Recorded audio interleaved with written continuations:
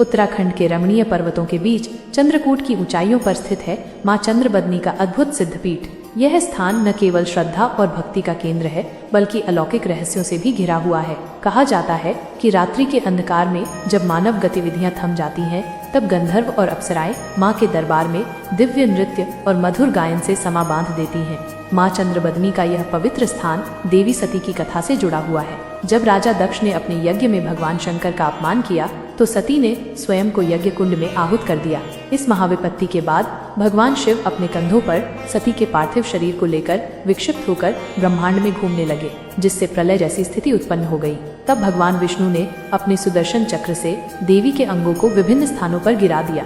जहाँ जहाँ वे गिरे, वे स्थान शक्तिपीठ बन गए। मान्यता है कि चंद्रकूट पर्वत पर सती का शरीर बदन गिरा और तभी से इस स्थान को चंद्रबदनी के नाम से जाना जाने लगा।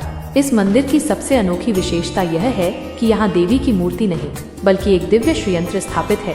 मान्यता है कि इस श्रीयंत्र के तेज से आंखें चुंधिया जाती हैं, इसलिए पुजारी भी इसे देखने की बजाय सिर झुकाकर आंखें बंद कर इसके ऊपर कपड़ा डालते हैं। ऐसा भी कहा जाता है कि स्वयं आदि शंकराचार्य ने इस स्थान पर आकर श्रीयंत्र की महिमा को अनुभव किया था।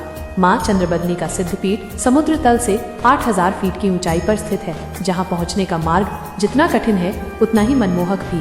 पहाड़ी रास्तों से गुजरते हुए भक्तों को घने जंगलों, ऊंचे ऊंचे वृक्षों और मंत्रमुग्ध कर देने वाले प्राकृतिक दृश्यों का अनुभव होता है। यहाँ आने वाले श्रद्धालु देवी के चरणों में अपने मन की मुरादें अर्पित करते हैं और मान्यता है कि माँ किसी को निराश नहीं लौटाती।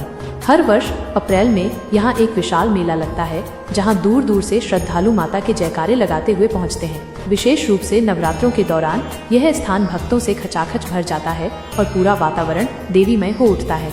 ऐसा कहा जाता है कि जो कोई भी सच्चे मन से मां चंद्रबदनी की शरण में आता है, उसकी हर मनोकामना पूरी होती है। इस दिव्य भूमि पर एक बार आकर हर भक्त का हृदय भक्ति और आनंद से भर उठता है और यहाँ की अलौकिक शक्ति जीवन भर उसकी स्मृतियों में बसी रहती है।